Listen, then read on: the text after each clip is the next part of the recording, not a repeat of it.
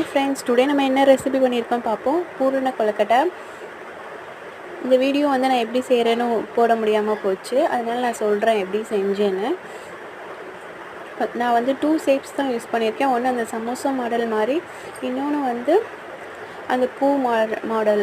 2 shape தான் use பண்ணியிருக்கேன். பூரணம் எப்படி செய்யணுன்னா, நான் வந்து கடலைப்பருப்பு யூஸ் பண்ணியிருக்கேன். நீங்கள் வந்து தேங்காய் பருப்பி மாதிரி பண்ணிக்கலாம், உங்கள் இஷ்டம். உங்களுக்கு என்ன டேஸ்ட் பிடிக்குமோ அது பண்ணிக்கலாம். நான் இங்கே வந்து கடலைப்பருப்பு வேக வச்சு எடுத்துக்கணும். அப்புறம் வந்து வெல்லத்தை வந்து காய்ச்சி எடுத்துக்கணும். வெல்லம் காய்ச்சி அதில் போட்டு, அதுக்கப்புறம் தேங்காய் பூ கொஞ்சம் கிரைண்ட் பண்ணி போட்டுட்டு, அப்படியே இதெல்லாம் போட்டு மிக்ஸ் பண்ணிட்டு நெய் ஊற்றி நல்லா கிண்டி எடுத்துக்கணும். இப்போ பாருங்கள் பூரணம் எப்படி சூப்பராக வந்திருக்குன்னு.